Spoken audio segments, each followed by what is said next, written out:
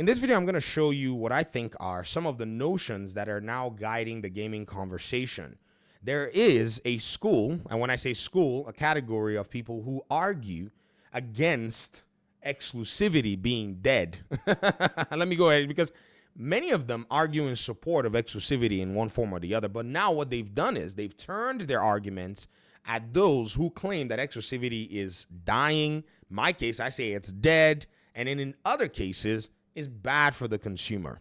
I've seen a few people, and I will call names in this video because I want to make sure that we're assessing and appropriating these arguments that I've heard with the agencies that are making the argument. So in today's video, you'll probably hear me say Puerto Rock 77.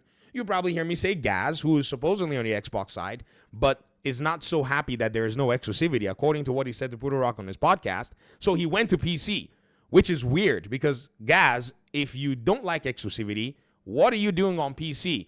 You need to delete your console, exclusivity software from your mind. As a PC gamer, you are a renegade, and you don't need to engage in such pedantic nonsense. That's exactly why PC gamers usually go to PC, to abandon the nonsense from the console ecosystems. Then there's Brap, and then I saw another comment under Brap's comment from another user named GameLogic, and we're going to talk about this. The very first thing I'm going to throw out there is, for every single person that defends gaming exclusivity, you're going to find out that there's actually zero of them that can actually defend why it's good for the customer. That's usually the way it goes. Now, for those of us who are saying exclusivity is dead, I want to go ahead and actually state our own qualifications in this matter. Number one, we have on our side telling us that exclusivity is pointless, PlayStation. One of the big platform holders who has sold many a console in multiple generations has now basically capitulated to the market forces, thereby informing us that the so-called thing that exclusivity had represented in the past ecosystems and in the past, gaming, marketing and all that stuff is just useless. Do you know how we know? They went ahead and launched since 2020 aggressively majority of their games on Steam. I'm a Steam user, so if, say for instance, when I jumped from the PS4 to Steam and I did not bother buying a PS5, I'd have played almost every PlayStation 5 game on Steam. The only ones that are missing so far would be Astrobot, which I won't be shocked if they bring it, Demon's Souls, when the leaks came out, sold poorly, and maybe Gran Turismo. But we now know that Lost Soul aside, China Hero Project games, as well as even potentially new releases like Ghost of Yotei, will more than likely be hitting PC. In fact, after Marvel Spider-Man 2, what we also then learned and realized was the timeline has been shortened. Now that I've actually named this part of the qualifications, I will then move on to the second part.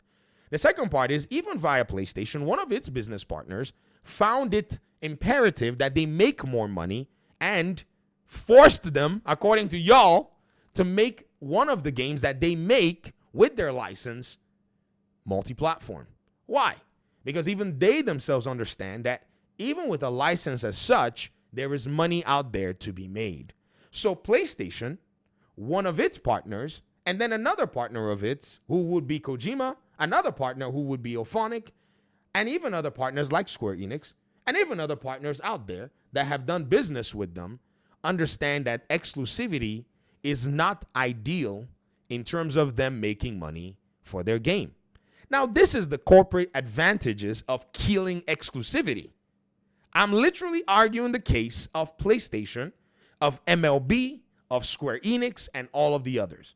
The second that has granted us this authority to stand on in terms of telling you that exclusivity is dead is also the $4 trillion company who understands and realizes that because of the market's right now contractibility, needs to sell software, as they do not have as much software, as much hardware sold in terms of consoles as PlayStation or Nintendo. They were the first to actually go ahead and say, to hell with this. We're not interested in this whole nonsense. And yes, because exclusivity basically being this special thing was a lie from the pits of hell. So they basically returned that lie to where it came from and decided that they were going to go launch games. So if these two companies who are basically practicing their business in this way that is advantageous to them are actually doing this, then they have given us grounds to understand that from their perspective and from their business, that this is viable and valuable for them. So now, the customer side, before I jump into the tweets that literally made this whole thing go weird. As a customer, you have availability of games. Now, Puderok and Gaz yesterday were alluding to a kumbaya nature of removing exclusives. In fact, somebody told me in one of my missives the other day that when Xbox went multiplat, it turned every one of us into communists because, in their minds, an economic reality of making products available in a capitalistic society is now communism. I could have gone after them with that whole thing, but I said, you know what? I don't think this person really understands what the flip they're talking about. So I just kind of, sidestepped that one. And I just say, you know what? I'm going to let you just, run down this hill. I'm not going to try to stop you. You keep on going, baby. And so when we put that all in place, we realize that there is an advantage for the customer. The customer is no longer burdened with paying the cost of at least a few $100s for a specific device to play a specific game, as the game is now going to be on a platform that they prefer to play. So in some cases, PlayStation has made it convenient for me as a PC gamer to just chill on my most enjoyed and what I think is, highly curated platform, which is PC. And I would gladly take it. So has Xbox. They've said, you know what? Play these games. In fact, they have an entire app that is dedicated to doing this, of which I am a patron of. They said they would like my money, and I said the money will be on my terms, and they have fulfilled my terms, and so I'm happy with that. So when we look at it, when I hear other people talking about exclusivity, like Brap, who said this, I go in and ask, what the heck are you talking about, sir? You said, funny how, in quote, exclusives are anti-consumer is suddenly the old way, but only when it comes to video games. Hold on. Are you going to argue against PlayStation and Microsoft's Xbox? Because even if you go ahead and hide behind Nintendo, we're still beating you. Let me go ahead and be petty. The score is 2-1. Right? You want some pettiness? That's how it's going to play out. You said you're tweeting from an iPhone while eating a Big Mac. I don't eat Big Macs. Watching Netflix or Macs. Don't watch Macs. Using Apple Siri. Siri's dumb. Rocking Air Jordans. All exclusive. All part of paywalled ecosystems. Do you see where there's a problem here? Yesterday, he said Nike is the exclusive retailer of Air Jordans, which not only drives direct sales, but also boosts spending on their Nike products, such as apparel. This is a PlayStation talking point that they've used. Oh, exclusivity boosts PlayStation. It's Call of Duty that had been boosting PlayStation's own sales. They even admitted it in the FTC documents, where they talked about how there were millions of gamers who spent at least 100% and 70% of their time playing Call of Duty on that platform. And these gamers had brought in total, approximately $15.9 billion in spending on PlayStation hardware, accessories, games, and services. Get out of here with this false claim that is not even accurate, as you can buy Air Jordans in many other stores. Again, this whole notion that exclusivity is going to somehow save y'all or make gaming better or make competition better is absolutely nonsense, because now the competition has taken a different shape, the shape that it should have taken all this while, which is what the majority of the gaming industry has been doing, selling their games where gamers are available. Now the games have to compete on their merits and quality, not on the fact that you FOMO'd it. And I think this is where all this is falling apart. Underneath it, and I promised I was going to also go ahead and address this, was a comment as well from Game Logic. And he said something that I thought was very interesting. In fact, I read it and I said, it's interesting enough. I don't understand it. That's what really hit me. I was like, huh? I had to scratch my head. He said, you should see the responses. Let me go ahead and show you guys this tweet. You see the responses to my thread where I tried to illustrate that the efforts to voice track exclusives into non-existence is actually antithetical to some of the core tenets of capitalism. Huh. Interesting. He says, advocates for a reduction in competition. Hold on. if I'm correct, Xbox has extracted tons and tons of money out of PlayStation's ecosystem, while PlayStation is struggling to even get games launched, or is now having to backtrack on port launch games and bring better quality games in the live service area. Am I right? Would that not be a product of competition? Got it. Keep reading. And is really a call for elements of market socialism. Do you see this?